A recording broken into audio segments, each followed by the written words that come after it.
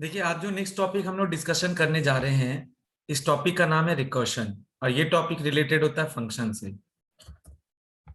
Function का मतलब जावा में तो मेथड हो गया, क्योंकि जावा में फंक्शन हमेशा मेंबर फंक्शन होता है क्लास के अंदर। और मेंबर फंक्शन को एज यू नो मेथड्स बोला जाता है। तो यहाँ पे रिकर्शन का कहानी आप मेथड्स के साथ सीखेंगे, बोले तो मेंबर फंक्शंस के साथ आप इस कहानी को सीखेंगे। होता क्या है ये प्रॉपर्टी, पहले वो देख लें। पहले आप क्या बोलेंगे? It is the process in which a function. Function का मतलब यहाँ पे आप समझ रहे हैं, जावा में फंक्शन को मेथड बोलते हैं। Method is defined in terms of itself. I repeat, recursion is the process in which a function यानी कि method is defined in terms of itself. Itself define होने का मतलब है that is in this process a method यानी कि function calls itself repeatedly from its within। उसके बाद यहां पे लिख रहे हैं क्या? The function which uses this property, by function I mean method, okay? The function या method which uses this property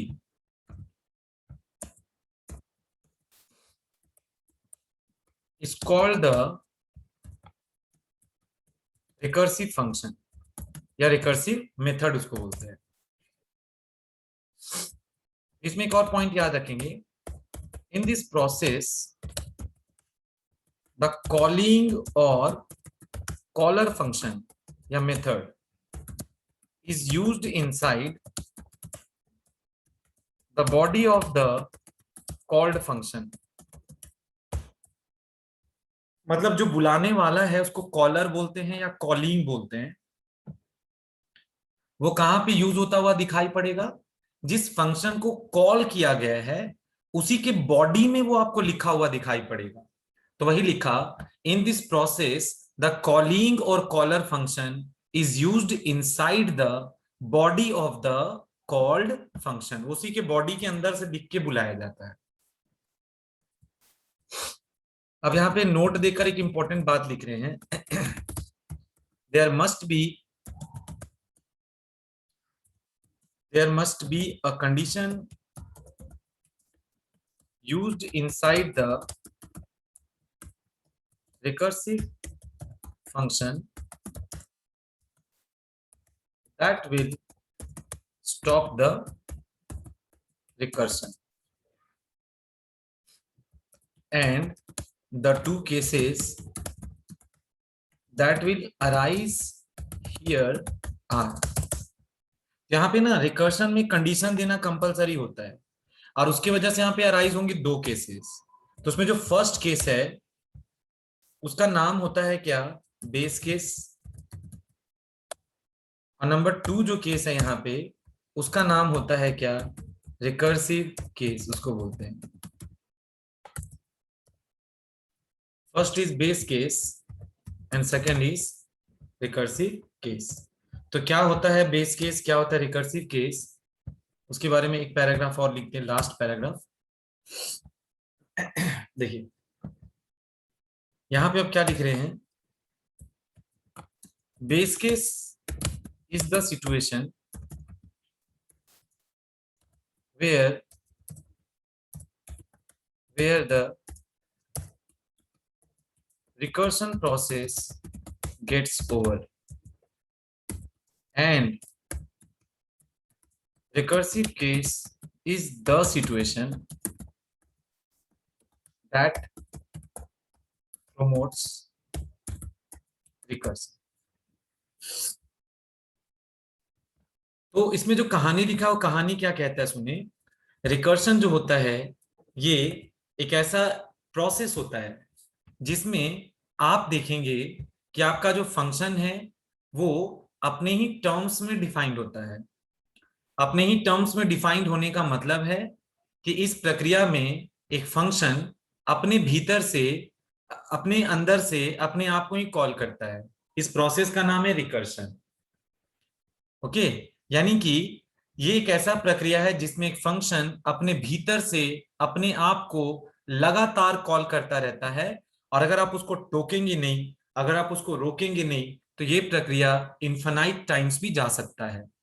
इस वजह से रिकर्शन आप जब भी पढ़ते हैं तो उसमें कंडीशन देना कंपलसरी है।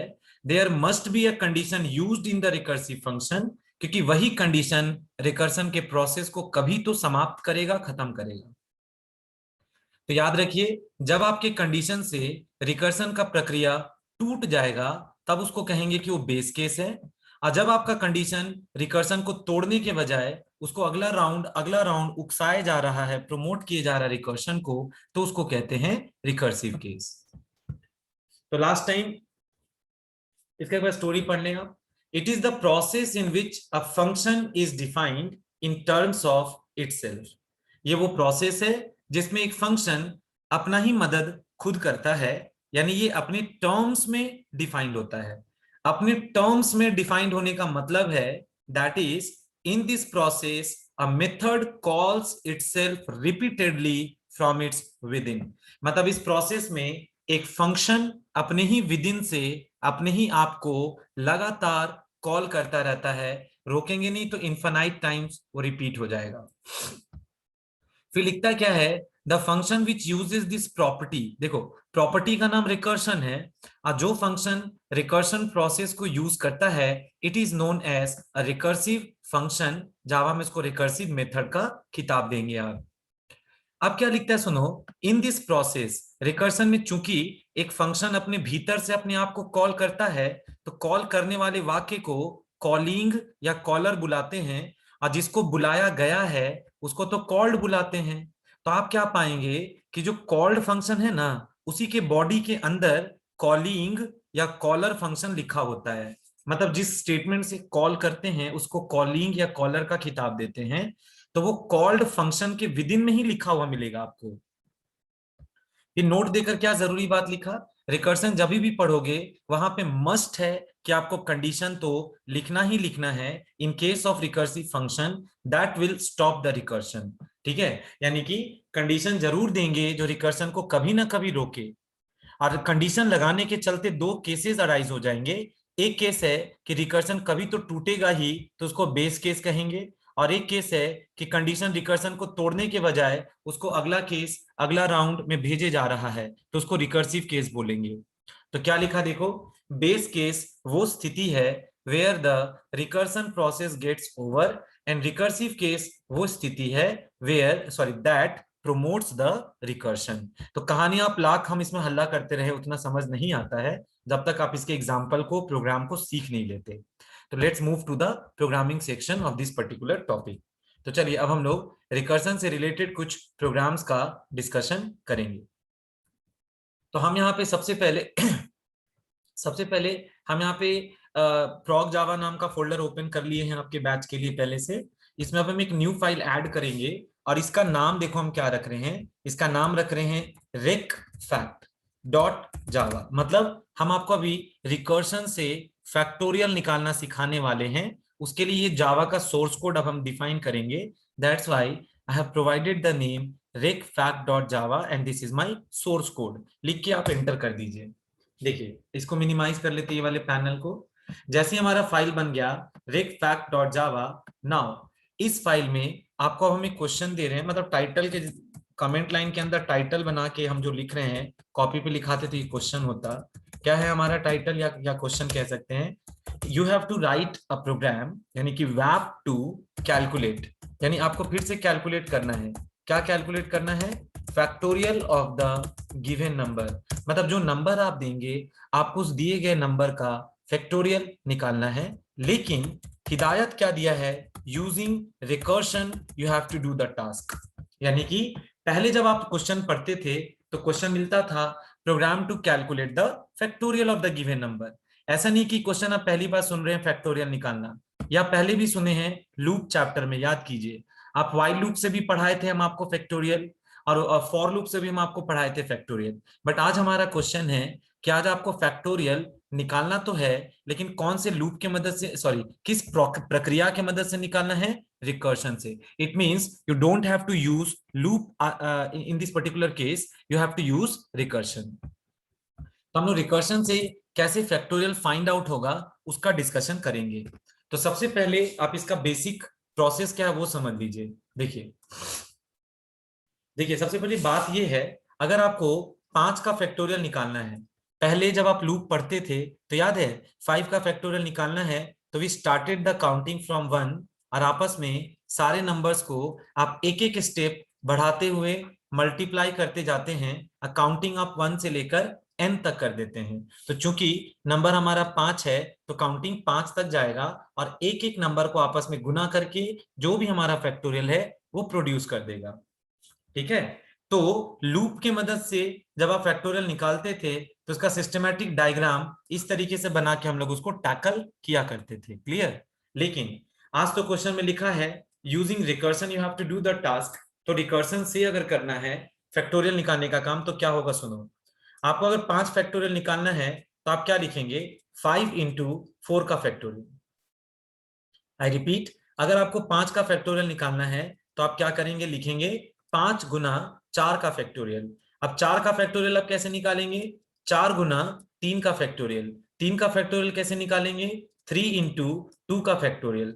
2 का फैक्टोरियल कैसे निकालेंगे, 2 इंटू 1 का फैक्टोरियल. अब 1 का फैक्टोरियल कैसे निकालेंगे, तो 1 इंटू 0 का factorial. And as you know maths में आप पढ़े होंगे कि 0 का फैक्टोरियल इज 1. तो ये इसका आज के क्लास में कहा जाएगा कि this is the base case. तो बेस केस उस स्थिति को कहते हैं जब आपका रिकर्शन का प्रोसेस खत्म होता है.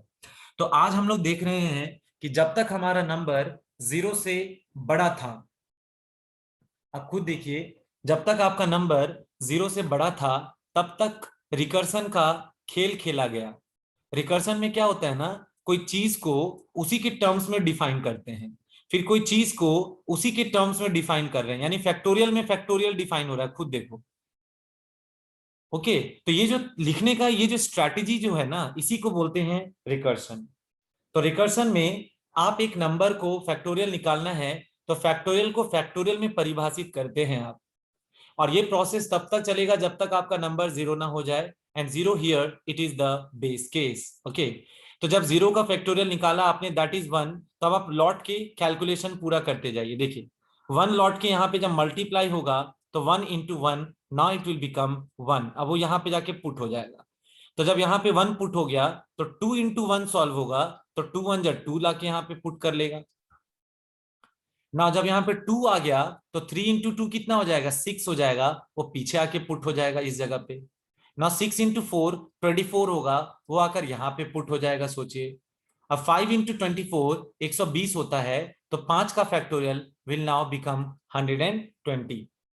तो ये जो स्ट्रैटेजी से जिसमें आपने अभी अभी फैक्टोरियल निकाला, this strategy is known as what, recursion. जिस फंक्शन में आप रिकर्शन अप्लाई करते हैं उसी फंक्शन को आप क्या खिताब देते हैं, रिकर्सिव फंक्शन. जावा में इसको मेथड बोलेंगे तो आप उसको रिकर्सिव मेथड का खिताब दे दीजिएगा, और क्या. तो आपको क्वेश्चन में बोला गया है कि नंबर का फैक्टोरियल निकालना है, तो सोचिए ना, अगर 5 फैक्टोरियल निकालना था तो वो हो गया 5 इंटू 4 फैक्टोरियल. 4 फैक्टोरियल फर्दर हो गया 4 इंटू 3 फैक्टोरियल. 3 फैक्टोरियल फर्दर हो गया 3 इंटू 2 फैक्टोरियल. तो आपको नहीं लगता अगर आपको n फैक्टोरियल निकालना है तो ये बन जाएगा n into n minus 1 factorial. तो ये इसका फॉर्मूला जैसा केस हो गया.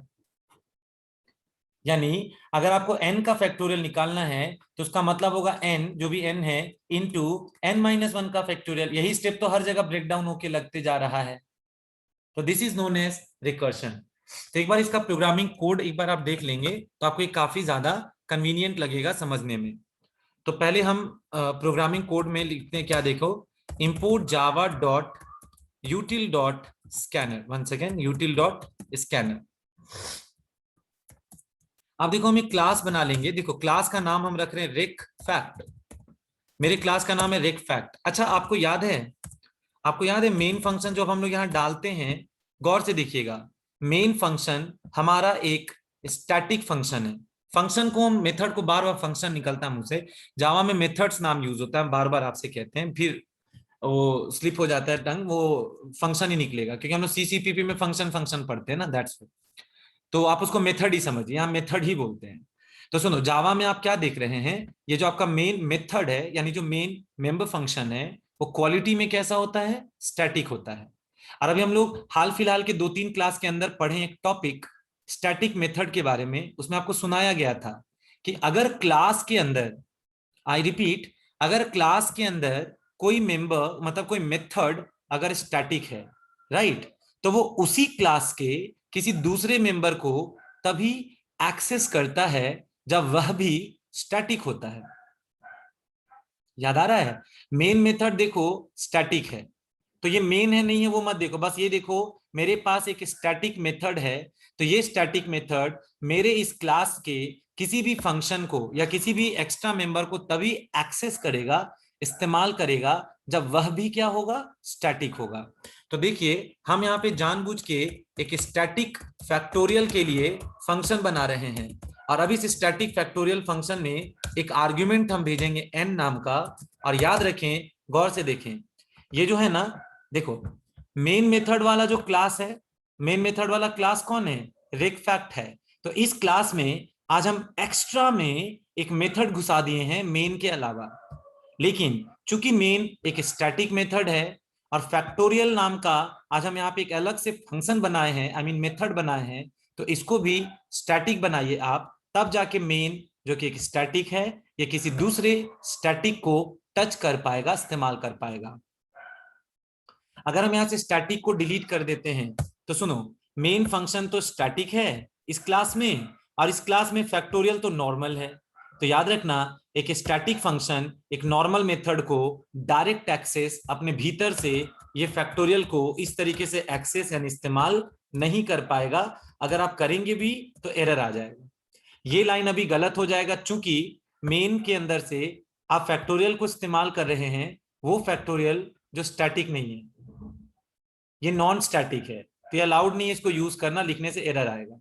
लेकिन अगर हम इसको स्टैटिक बना देते हैं तो अब आप मेन के अंदर फैक्टोरियल को इस्तेमाल करेंगे तो आपको इसका पूरा छूट मिला है, क्योंकि फैक्टोरियल खुद एक स्टैटिक प्रॉपर्टी है। तो एक स्टैटिक मेथड किसी दूसरे स्टैटिक मेथड को बेशक इस्तेमाल कर सकता है, ये प्रॉपर्टी आपको भूलना नहीं है। चलिए देखिए, इसके अंदर हम कोड अभी लिख दे रहे हैं, अभी समझ में आए नहीं है उसका चिंता ना करें, क्योंकि अभी समझाना तो है ही हमको। तो हम फैक्टोरियल नाम का घर बनाए, पहले से हम उसको वैल्यू में 1 दे दिए हैं। अब हम यहाँ पे क्रॉस चेक करेंगे कि अगर हमारे n का वैल्यू ग्रेटर देन 0 है, थ्योरी में हम आपको बता दिए हैं जब तक नंबर 0 से अधिक है तब तक रिकर्शन होगा।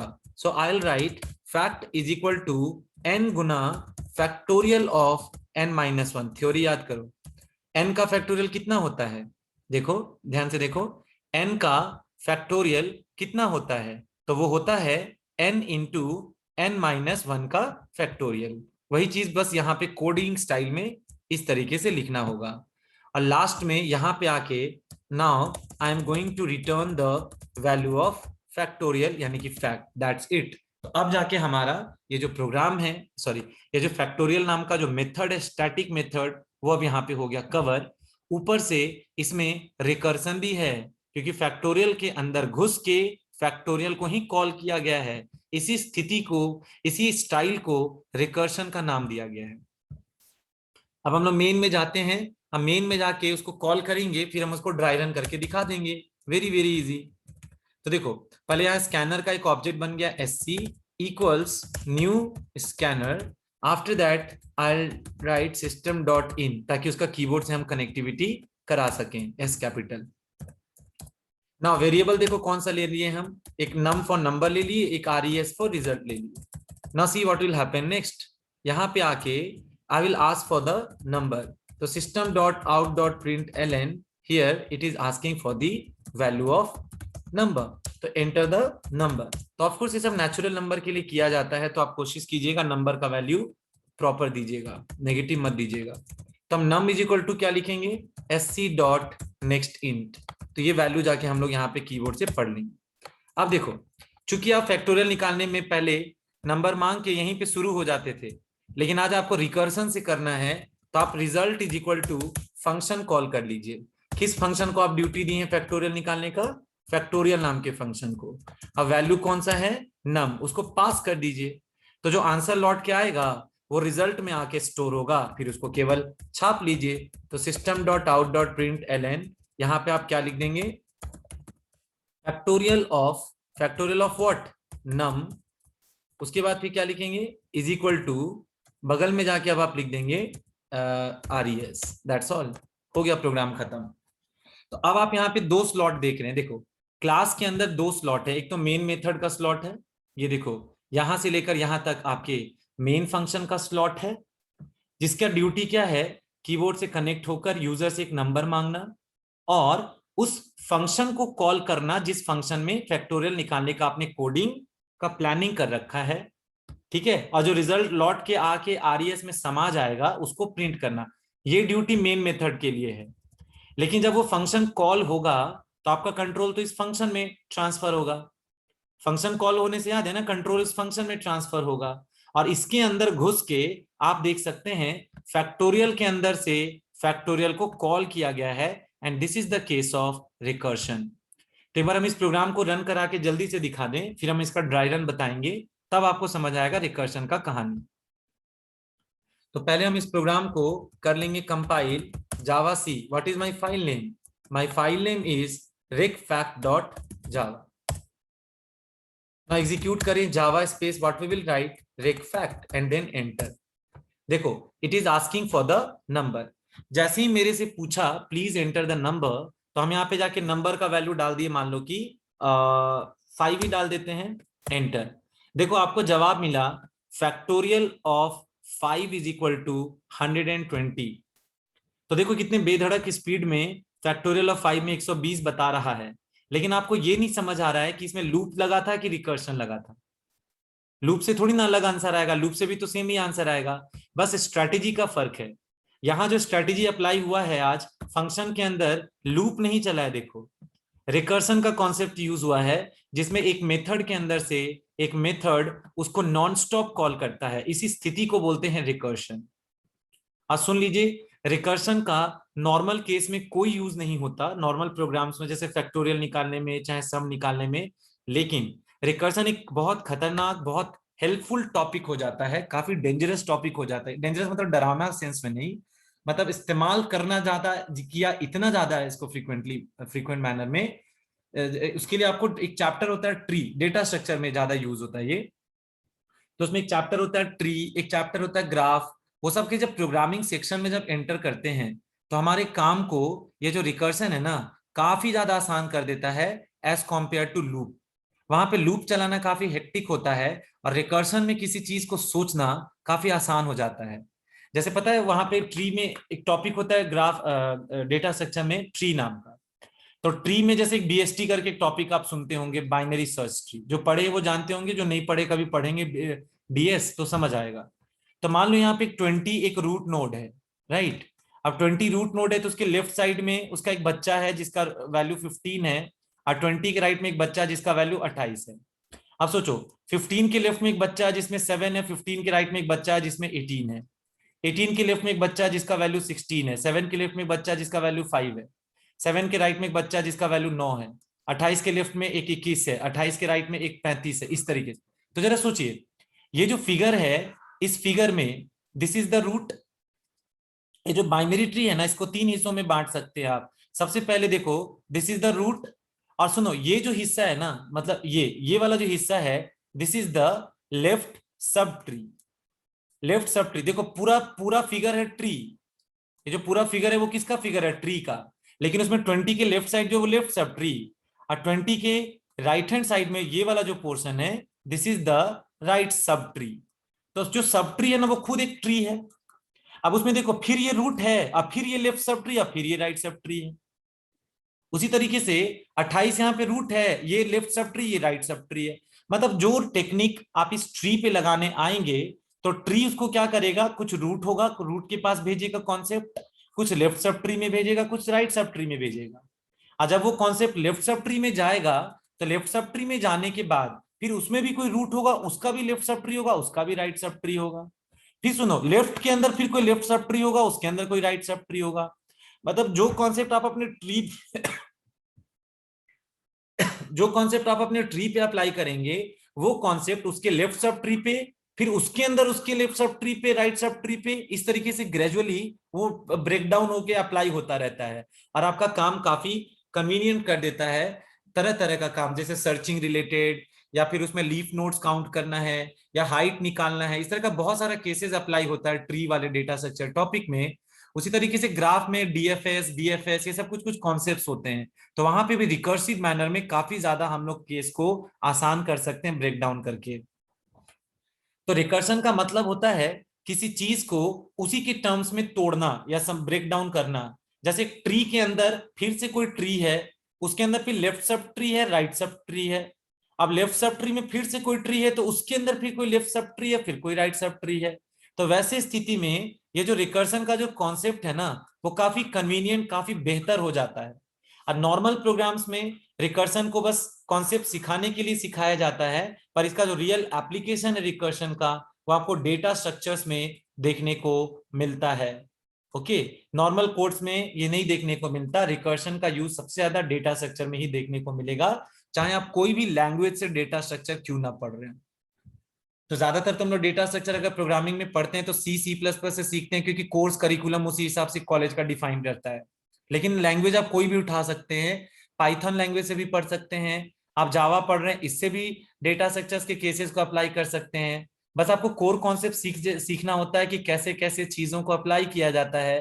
फिर आप डेटा स्ट्रक्चर एंड एल्गोरिदम में जो भी एल्गो मिले उसको बड़े आराम से भाषा के हिसाब से स्वागत कर सकते हैं। लेकिन उसके लिए लैंग्वेज पे आपको बहुत मस्त कमांड होना चाहिए, अच्छा कमांड होना चाहिए, तभी आप उसको ब्रेक डाउन कर सकते हैं अलग अलग लैंग्वेज के हिसाब से। एनीवेज, हम लोग वापस अपने टॉपिक पे आते हैं। यहाँ पे तो हम लोग एक सिंपल सा क्वेश्चन फैक्टोरियल को रिकर्सन से सॉल्व करना सीखने जा रहे हैं, और अब हम उसका सिखाने जा रहे हैं आपको ड्राई रन, क्योंकि हम इसका कोड को रन करके दिखा चुके हैं प्रैक्टिकली, आउटपुट भी आपने देख रखा है। तो देखो, सबसे पहले लाइफ हम मेन से शुरू करते हैं, वहीं से सीक्वेंस में पढ़ाएंगे। मेन में घुसने के बाद, I repeat, this is my main function. तो मेन फंक्शन में घुसने के बाद सी व्हाट इज हैपनिंग। मेन में जब आप एंटर किए तो आप सबसे पहले मेन में जाके कीबोर्ड से कनेक्टिविटी कर चुके हैं। उसके बाद आपने एक वेरिएबल बना रखा है जिसका नाम है नम। तो गौर से देखो, मेन फंक्शन में एक वेरिएबल है जिसका नाम नम है, और एक वेरिएबल है जिसका नाम रिजल्ट है। क्लियर? और हमारा मॉनिटर है, ये मान लेते हैं this is my monitor, assume कर लो ना, अज्यूम करने में क्या जाता है। तो उसके बाद फिर क्या हुआ, एसओपीएलएन मॉनिटर पे एक मैसेज पूछता है मेरे से कि please enter the number. So I need to enter the number. Number हम बहुत बड़ा नहीं लेंगे, एक्सप्लेनेशन में 3 ले लेते हैं, काफी है सिखाने के लिए। 3 को पढ़ा sc.nextInt ने, और नम के वैल्यू को अलॉट कर दिया गया 3। Clear? Now see what is happening next. Main function जो है वो अपने भीतर से अब अचानक फैक्टोरियल नाम के फंक्शन को कॉल कर रहा है। गौर से सुनिए, मेन फंक्शन में फैक्टोरियल को आप धड़ल्ले से खुला में कॉल कर रहे हैं, आप यहां कोई ऑब्जेक्ट नहीं बनाए हैं, माइंड इट। तो ये तभी संभव है, मेन के अंदर से आप अगर किसी फंक्शन को इतना आसानी से खुला में कॉल कर रहे हैं, इसका मतलब मेन फंक्शन जिस क्लास के अंदर का मेंबर है, फैक्टोरियल भी उसी क्लास का यानी कि मेंबर होगा, क्योंकि आप यहाँ कोई ऑब्जेक्ट नहीं बनाए हैं। एक बात। दूसरा बात, चूंकि मेन एक स्टैटिक है, तो डेफिनिट है कि ये जो फैक्टोरियल कॉल हो रहा है यह भी स्टैटिक जरूर होगा, तभी आप यहाँ पे बिना ओबी डॉट किए इसको कॉल कर रहे हैं इतनी आसानी से। समझ आ रहा है? आप मेन फंक्शन के अंदर इतने आसानी से सिंपल शब्दों में डायरेक्ट लिख के बैठे हैं फैक्टोरियल, तो ये तभी संभव है जब मेन जिस क्लास का मेंबर है उसी क्लास में ये मौजूद होगा, क्योंकि यहाँ ऑब्जेक्ट ऑब्जेक्ट कुछ नहीं लगा है, एक केस। और दूसरा केस, चूंकि मेन स्टैटिक है, तो एक स्टैटिक किसी दूसरे स्टैटिक को टच करता है, यानी पक्का ये फैक्टोरियल को भी हम स्टैटिक ही बना रखे होंगे, तभी ये यूज कर पा रहा है। खैर वो सब हटाइए, कॉल हो रहा है बस वो देखिए। तो हम क्या कर रहे हैं, देखो ये लाइन को यहाँ पे लिख रहे हैं डायग्राम में, इधर देखो, रिजल्ट इज इक्वल टू कौन सा फंक्शन कॉल हुआ हमारा, फैक्टोरियल फंक्शन कॉल हुआ। किसको पास किए, नम को पास किए, तो मेरे नम का वैल्यू में 3 है, प्लीज चेक। पता है, जैसे ही आप यहाँ पे फंक्शन को कॉल करेंगे, देखो इन्हीं लाइंस को फंक्शन कॉल कहा जाता है। जैसे ही आप इस लाइन में जाके अपने फंक्शन को कॉल करेंगे, तो फंक्शन कॉल करने से व्हाट विल हैपन कि हमारा कंट्रोल यहां से छलांग मार के ऊपर चला जाएगा उस फंक्शन में जहां पे वो डिफाइंड है, और नम का जो वैल्यू था उसको कैरी करके वहां के आर्ग्यूमेंट में, वेरिएबल में जाके थमा देगा, पैरामीटर में थमा देगा। चलो देखते हैं कैसे। बस कॉल कर लो, और हाँ, फंक्शन जब कॉल होता है ना, तो उसके बाद ये सब जो वाक्य हैं, ये सारे के सारे वाक्य अब पेंडिंग छूट जाएंगे। अब इनको लौट कर जब आओगे वापस, तब इनको पूरा कंप्लीट करना, फिर मेन ओवर होगा, तब जाके कहीं लाइफ ओवर होगा। लेकिन अभी के लिए ये अटक गया है। क्यों अटक गया है ये केस? क्योंकि आपका कंट्रोल मेन से छलांग मार के उस फैक्टोरियल फंक्शन में जा रहा है। तो चलो फैक्टोरियल में जाते हैं बस हम लोग। देखिए, जैसे हमारा कंट्रोल मेन फंक्शन को छोड़कर फैक्टोरियल फंक्शन में गया, तो अब यहां पे रिकर्सन का खेला चालू होगा। कैसे? आप देखिए डायग्राम में, देखिए आपका कंट्रोल मेन से छलांग मार के किस फंक्शन में चला गया है? फैक्टोरियल फंक्शन में आपका कंट्रोल चला गया है। और अपने साथ वो कौन सा नंबर लेकर गया है? 3। तो उसका स्वागत फैक्टोरियल नाम के फंक्शन में जो n है ना, वो करेगा। तो अब आपके n का वैल्यू में 3 आ जाएगा। आई रिपीट, जैसे ही मेन के अंदर से फैक्टोरियल फंक्शन कॉल होगा, तो अब आपके n के अंदर ना कितना आ जाएगा? 3 आ जाएगा। और अब आप फैक्टोरियल फंक्शन में भीतर प्रवेश करके देखिए व्हाट इज हैपनिंग। अंदर में घुसते के साथ गौर से देखो, आपने एक ब्लॉक बना रखा है फैक्ट नाम का पहले से ही, और उसकी वैल्यू में कितना पुट किया हुआ है? 1। तो हम लोग सबसे खराब केस क्या है कि अगर आपने नंबर को कितना थमा दिया होगा? 0, तो वो तो बेस केस हो जाएगा। तो बेस केस में फैक्ट का वैल्यू पहले से 1 समा जाए, हम उसका तैयारी पहले से करके बैठ गए हैं। ये फैक्ट में 1 उसी वजह से लिया गया। अब चेक करो, क्या n मोर देन 0 है? तो आप ही बताएं, आपके n का वैल्यू में कितना है? आपके n का वैल्यू में 3 है, राइट? ये देखो फिगर में n के वैल्यू में 3 है। तो क्या 3 मोर देन 0 है क्या? Yes sir. तो रिकर्सन तो हो के रहेगा, यानी फैक्टोरियल के भीतर से फैक्टोरियल तो जरूर कॉल होगा। So this process is known as what? Recursion. तो आप देखिए, आपके n का वैल्यू में तो 3 है, 3 तो 0 से अधिक है। तुरंत आप अंदर जाएंगे, आपके स्टेटमेंट में देखिए क्या लिखेंगे आप। आपने लिखा है fact is equal to n। n मतलब कितना? 3 गुना फैक्टोरियल ऑफ n माइनस 1। तो 3 इंटू फैक्टोरियल ऑफ 3 माइनस 1 2 होता है। बस होना क्या था? तुरंत फंक्शन कॉल होगा रिकर्शन से। तो नीचे का ये जो लाइन है और ये वाला भी लाइन इनकम्प्लीट रह जाएगा, क्योंकि आपका कंट्रोल यहां से जंप करके अगले कॉपी में चला जाएगा। तो ये तो इनकम्प्लीट छूट जाएगा। फिर जब लौट के वापस आओगे, तो लौटा हुआ वैल्यू पुट होगा, फिर ये प्रोडक्ट निकलेगा, फिर आप बाहर जाएंगे और फिर लौटेंगे। लेकिन अभी तो बीच रास्ते में आप इसका कंट्रोल को जंप करा के अगले कॉपी में ले गए, क्योंकि आपने लिखा ना fact is equal to 3 into factorial of 2। बस आप जंप करके अगला केस में भाग गए। तो ये लाइन पेंडिंग रह गया, ये भी पेंडिंग रह गया। इनको अटका के रखिए, और अब आपका कंट्रोल जंप करके अगले कॉपी में गया। बस इस बात का ध्यान रखिए। So what will happen next? Let's see. देखिए, अब हमारे नंबर n में वैल्यू कितना लेकर भागा है? वो 2 लेकर भागा है। नेक्स्ट कॉपी में n का वैल्यू ना 2 लेकर भागा है। तो आप यहाँ पे देखिए क्या होगा। फैक्टोरियल फंक्शन के अब आप जब नेक्स्ट कॉपी में जा रहे हैं, तो उस कॉपी में आपके n का वैल्यू में 2 लेकर समा गया। और हाँ, पहला कॉपी में ये सब अभी पेंडिंग है, उसको छोड़िए। सेकेंड कॉपी में, डुप्लीकेट कॉपी में आप आइए। अंदर आने के बाद सी व्हाट इज हैपनिंग। फैक्ट बना फिर से, इसका अपना फैक्ट है। वैल्यू में कितना डिफाइंड है? 1। नाउ चेक, क्या n is greater than 0? n का वैल्यू में कितना है? 2 है। तो क्या 2 is greater than 0? Yes sir. तो अगेन रिकर्शन विल अकर्स। कैसे? देखो, fact is equal to see what is happening, 2 into factorial of 2 minus 1। तो 2 माइनस 1 तो 1 होता है। ये लो, रिकर्शन फिर से हो गया। फिर से फैक्टोरियल का अगला कॉपी कॉल होगा, तो ये स्टेटमेंट इनकम्प्लीट छूट जाएगा और नीचे वाला लाइन भी पेंडिंग हो जाएगा। और अब आप जंप करके फैक्टोरियल फंक्शन के नेक्स्ट कॉपी में कूद गए। ये देखिए, जब आप फैक्टोरियल फंक्शन के थर्ड कॉपी में कूद गए, तो यहां पे हमारे n में कितना समा गया? 1 आ गया। तो देखो 1 आ गया जब, तो नेक्स्ट कॉपी में फटाफट से देखो अब कैसे काम होना है। नेक्स्ट कॉपी में n में 1 आ चुका है, और अंदर में जाते के साथ हमारे फैक्ट में पहले से 1 डिफाइंड है। नाउ चेक, क्या 1 इज ग्रेटर देन 0? हाँ sir, 1 is greater than 0। So again recursion will occur. Now how it will do the operation? Fact is equal to see 1 into factorial of 0, क्योंकि 1 minus 1 0 होता है। फिर से recursion हो गया, फिर से फैक्टोरियल फंक्शन का एक कॉपी कॉल होगा, और अब आप पहुंच जाएंगे फैक्टोरियल फंक्शन के नेक्स्ट कॉपी में, और वो कॉपी वापस पेंडिंग छूट जाएगा। Now we will move to fourth copy of the factorial function, जहां पे n के वैल्यू में आपने 0 ट्रांसफर कर रखा है। अब सुनिए, चौथे कॉपी में प्रवेश करेंगे तो जाते के साथ फैक्ट का वैल्यू में पहले 1 आ जाएगा। आप चेक करो, n में तो 0 है, तो क्या 0 इज ग्रेटर देन 0? फॉल्स।